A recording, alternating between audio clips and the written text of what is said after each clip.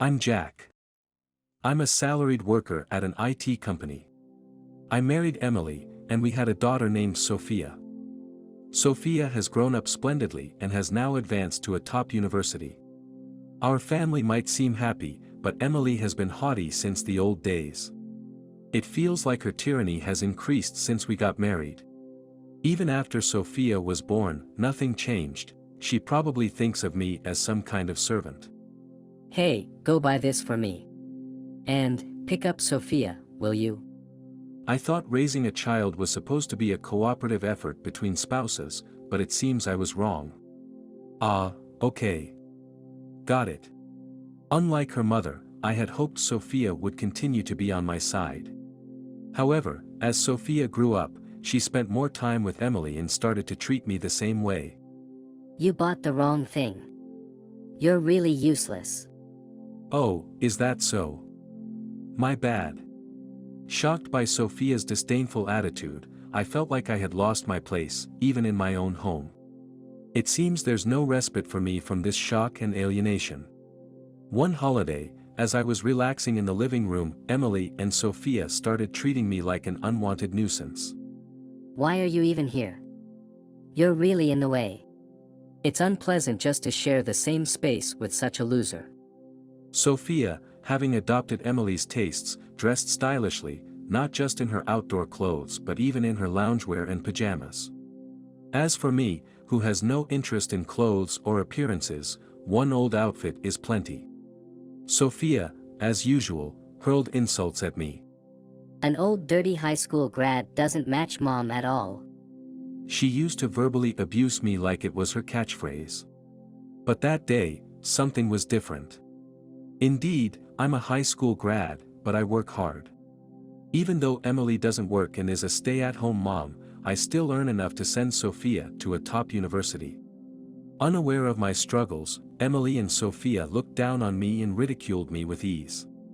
Then, as Emily always ignored my daughter's joke-like insults, she finally took up Sophia's suggestion. That sounds good. I should get a divorce. At that moment, I felt something inside me change significantly. It was actually the first time Emily had agreed with Sophia on this. Something clicked in me, and I immediately resolved to act. All right. I'll file for divorce right away. Emily, startled by my casual acceptance of the divorce, suddenly became timid and started panicking. Wait, hold on. Divorce, you know. Divorce. Are you sure about this? Think it over, okay? Isn't that what you wanted? You've been wanting to get rid of me, haven't you? I felt a weight lift off my shoulders as my body relaxed. Unlike the flustered Emily, Sophia remained composed. Mom, why are you so nervous? What's going to happen to this house if we get divorced? Besides, I don't have an income, what are we going to do? This house is located in a prime area of New York. As someone who cares a lot about appearances, Emily wouldn't want to let go of it. But as far as I was concerned, it didn't matter to me. Realistically, she's someone with no work experience other than a few years before marriage. It was inevitable for Emily to panic at the thought of living without an income. But Sophia, oblivious to all this, continued to insult me without care. We don't need someone like him around. Well, that's true, but... Startled by the sudden talk of divorce, Emily started to convince Sophia instead. You know, this is a good place, right? And life requires money for various things. I know that much. We've managed so far, so it'll be fine. That's not quite true. There's also college tuition. You've never worked a part-time job, have you? A wife who had only worked for a few years before marriage and a daughter who had never worked. I can't see these two having any life skills. Moreover, I do most of the household chores, yet Sophia claimed they don't even need me that much. She really didn't understand anything. It's not just about the lack of experience in housework or parenting, but without me, for Emily, it would mean the end of her life as she knows it. Hey, honey. You were joking just now, right? Why? After all, it was you who wanted a divorce, not me. That's right. I'm embarrassed to have such a dorky guy as a dad. Why don't you get divorced quickly? Hey, you be quiet. Emily's face, panicking, quickly became rigid with anxiety. At that moment, our daughter muttered something. That boyfriend of yours. With our daughter's remark, Emily's face suddenly brightened up, and she looked down on me with newfound energy. That's right. With him around, we have nothing to worry about. Wait, what? Boyfriend? Who are you talking about? I haven't heard about this. You wouldn't know, would you? I wouldn't know. Well, Mom has a much cooler boyfriend than you could ever be. Haha. Sophia, you remember well. He's way better than Jack. Both of you, was I really such an embarrassment? What? You're just realizing that now. Our daughter proudly showed me her smartphone, and on the screen was a photo of the said boyfriend. Here, I'll show you, not that you could ever match up to him, haha. Come on, Sophia. Don't be too harsh. Oh, it won't change anyway, you'll be dumped soon. I get it. Compared to my everyday self, he was a significantly cooler guy. I couldn't see his face clearly, but there were several photos of Emily, Sophia, and him having a good time together. This guy, unlike you who only graduated high school, went to college. If he had been my dad from the start, we wouldn't have had any problems. Was our life up to now really that unbearable for you? Of course. I can't think of anyone but him as my dad now. Looking at the photos, Sophia was smitten with this cool guy. She never looked at me that way. Seeing my daughter's drastic change, I was shocked to my core, feeling a sudden drain of energy for a different reason. This guy, he works at a major IT company. You could never compete with him. Is that true? About me? Compared to where you work, it's not even a contest.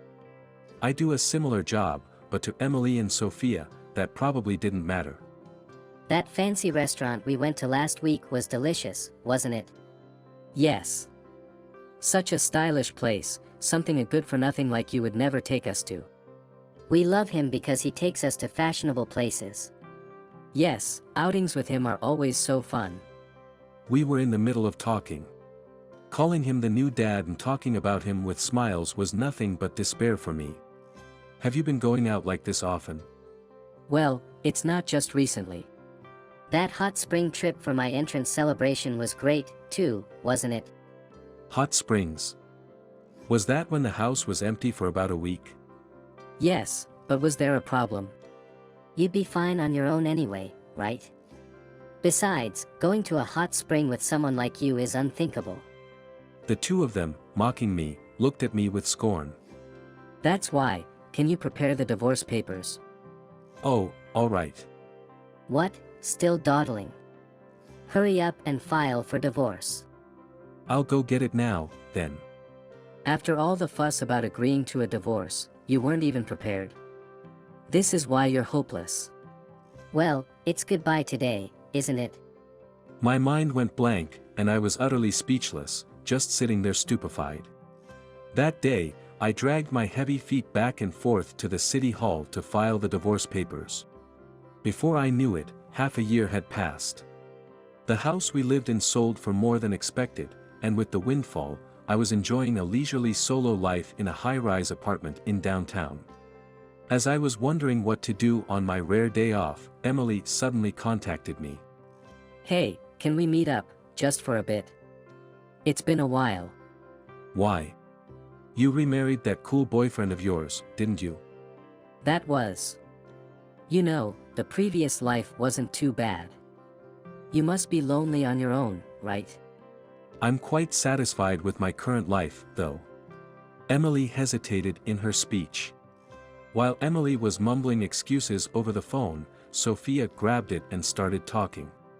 Hey, I was just thinking, it's been a while since we saw you, Dad. You can listen to your cute daughter's request, right? It's nice that you want to see me after so long, but after the two of you have made so much fun of me. Don't be so cold. I just really missed you and want to see you, Dad. Can feelings really change that quickly? Please, I just want to know if you're doing okay, Dad. Mom too. Can't we meet? After all this time, what was she saying? My daughter, who badmouthed me and played a role in our divorce, was then stepping forward. But, no matter what kind of daughter she might have been, when my own child asks for something, I can't just turn her down. I'll send you the location of the condo I'm living in now. Let's meet at the lounge on the first floor. Got it. I'm coming right now, so make sure you wait for me. My daughter's sudden shift to a docile attitude seemed suspicious. Still, unable to refuse my only daughter's request outright, I headed to the lounge at the appointed time. Long time no see. Have you been well? Yeah, thanks to you, I've been living comfortably. Is that so? Oh, It was the first time I've seen Emily and Sophia since our split, and they weren't dressed in their usual stylish attire but rather in clothes that looked like they were bought from any mass retailer. What's wrong? You seem different. well. We don't have money to buy clothes anymore. Really? Sounds tough. Well, it's none of my business. I noticed Emily's reaction was blatantly strange, but I didn't press them for details. What's going on after all this time? The thing is, Emily was hesitating to speak. Mom. Sophia nudged Emily from behind, prompting her to take a deep breath and speak as if she had made up her mind. This condo is amazing. It must be expensive. Yeah, it goes up to the 40th floor. The view from the 35th floor, where I live, is pretty good too. That's not what I meant. Then what do you mean? What's been going on with you since earlier? It's just. I was surprised to see you're living such a good life. Sophia, frustrated with Emily's attitude, started speaking, but something was off. This place is incredible. I wish I could live in a place like this too. If that's the case, why don't you and your new dad move here? If it were that easy, we wouldn't be struggling. Sophia, calm down. Huh? What's wrong? Did I say something bad? Initially, Sophia was talking with a smile, but she suddenly got irritated by my comment, and Emily was trying to calm her down. Something about their behavior just didn't sit right with me. You know, I was thinking, haven't we always helped each other out? What are you talking about? It was always me doing everything, wasn't it? Well, that might be true, but you were happier with me and your daughter, weren't you? No, I'm quite satisfied with my life now. In fact, I'm having more fun than when we lived together. Always putting on a brave face. You're going to be lonely all by yourself, you know. Emily tried to joke about getting back together, but the laughter didn't reach her eyes, sending a chill down my spine.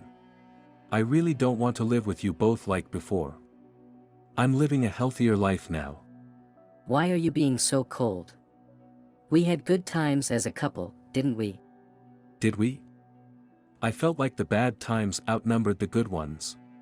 Talking with Emily, her face grew paler, but her expression seemed to hold some resentment. Hey, isn't this place awesome? We should just move in here by force. Sophia, did you listen to me? I said I don't want to live with you. What? Why not? It's your cute daughter asking. She used to be cute, but not after creating such unpleasant memories. Why? Hey, Mom. Whose fault do you think this is? Me? It's not my fault. It's just your poor taste in men. Don't take it out on me. I couldn't pin down the cause, but Emily and Sophia started bickering loudly, drawing the attention of those around us. Fed up, I sighed heavily and warned them in a cold, low voice. Look, if you don't stop, I'm going to call security. Think about the people around you. That's so mean. Stop it. Suddenly quieting down, Emily began to complain about her current life, almost in tears. You're lucky, living in such a luxurious condo. Well, there's no reason for me to stay in the old house. We're going to move close to our new husband's place soon, but it's an old shack over 50 years old in the suburbs. Well, living with a handsome guy should be fine, right? What's the problem? It does seem quite old, though. I went there once, but no one lives in that place. Why did you sell our old house? Don't just sell our house without asking. You're so useless. I heard their complaints about their lives, but now that we're strangers, there's nothing I can do. In fact, since we're unrelated now, I wish they wouldn't drag me into this anymore. We're divorced, and to me, you're now just strangers. Well, yes, but we did live together at one point. That's in the past, it's irrelevant. So, can't you think of it as doing it for your own daughter? You've betrayed and mistreated me several times. I don't feel like helping someone like that. Emily and Sophia showed a look of utter despair at my cold response. After a few seconds, Sophia suddenly collapsed at my feet as if she was about to prostrate herself. Could you at least pay for my college tuition? Then I could live on my own somewhere. That's right. It's close to the college from here, isn't it perfect? What are you talking about? But, a father should listen to his cute daughter's request, right? Sophia looked up at me as if it were only natural for me to grant her wish, but knowing her true nature now, there's no way I would entertain such a brazen request. That sounds tough, but I have no reason nor obligation to give anything to someone who's now a stranger. What? Who do you think you are? Your cute daughter is asking you. Like I said before, think carefully about what you've done before you speak. Okay, I give up on living together. But at least give us the money. Please. You're old enough to think for yourself, so you should reflect on everything. What do you mean, reflect? I don't get it. Sophia suddenly snapped back, but her words were full of self-serving logic that made no sense. Giving up on pleading with me, Sophia stood up and glared at me as if it were my fault. Then, Emily started to prostrate herself. Unlike Sophia, she fully pressed her forehead to the ground. Hey, stop that. There's no need to do that for such a person. Be quiet. I'd rather do this than go back there. Seriously, stop it. This isn't helping anything. No. I'll keep doing this until you take us back, Jack. Hearing that they couldn't afford their daughter's college tuition was surprising, but their current lifestyle seemed average to me. The earnings from Emily's new husband must be low, and Emily would have to work too. If Sophia just wants pocket money, she should earn it herself through part-time work. It seems different from when my salary was enough for everything. Please, Jack. I think living as you are now could provide better experiences, so why don't you all work together? I can't stand this life. I want to go back to living comfortably without working like before. That's right. Why do we have to work just to have fun? It's ridiculous. So, let's live together again. If not, can you at least pay for us? Wait, what's in it for me? That doesn't matter. If you take me back, everything will be solved. I was dumbfounded by Emily's nonsensical excuses. Can you at least stop prostrating? It's causing a scene. Then, let us into your house. And listen to our requests. No. I've explained why that's not happening multiple times. Please, enough. That's not for you to decide. I'm even prostrating myself, take us back. Well, if you can pay the alimony for cheating, I might consider it. What? You were cheating with your current guy while we were still married, right? I have the right to claim alimony. We don't have the money. Then give up and go back from where you came. No. Anything but going back. As Emily continued to prostrate without considering the disturbance, a good-looking guy showed up. How did you find this place? What are you doing here? It's good your GPS was on. Lies, GPS. Wait. We were just talking to Jack, and he's letting us stay at his place. I didn't say anything like that. Your ride is here, please take them back. Don't say unnecessary things. We have people waiting, so we're going back now. Apparently, her partner is a middle-aged man with a handsome face but outdated fashion sense. I felt a sense of recognition seeing his face but couldn't quite remember his name. The frustration made me feel uneasy. Then, he initiated the conversation. Are you Jack by any chance? What are you doing here? Well, this is the condo where I live. Oh, is that so? This is indeed a splendid place. Someone like me can't even compare. The other day, my business partner was very happy. I couldn't have done that on my own. The man greeted me the moment he saw me turned out to be a junior employee from the same company. Moreover, he was an employee who was demoted to a different department for being incompetent and tends to be overly submissive, which is a bit troublesome. What are you doing? Wait, were you acquaintances? Yeah, we've met before. This guy is amazing. I'm nothing compared to him. He's been the leader of major projects.